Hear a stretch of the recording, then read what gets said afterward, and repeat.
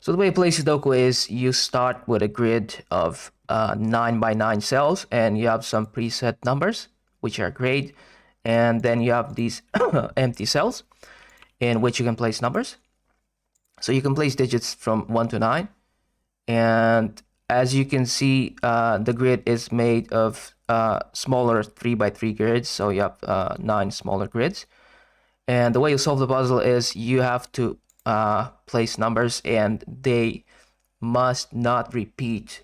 So they can only appear once in a row, or in a column, or in a 3 by 3 grid. So what I mean by that is we have 2 in this grid, and we cannot change it because it's grayed out. So it's fixed.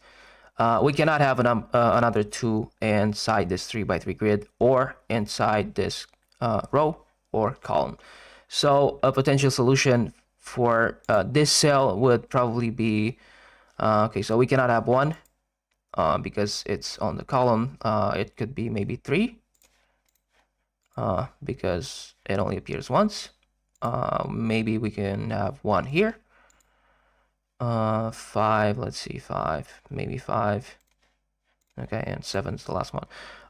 This could be a potential solution. I'm not sure because we haven't checked against the rest of the grids. So the only way you solve the puzzle is if all the grids are valid, and like I said, no row and no column has more than 1 digit appearing once. So that's how you solve the puzzle, and once you solved it, you move on to the next puzzle, which is increasingly more difficult. So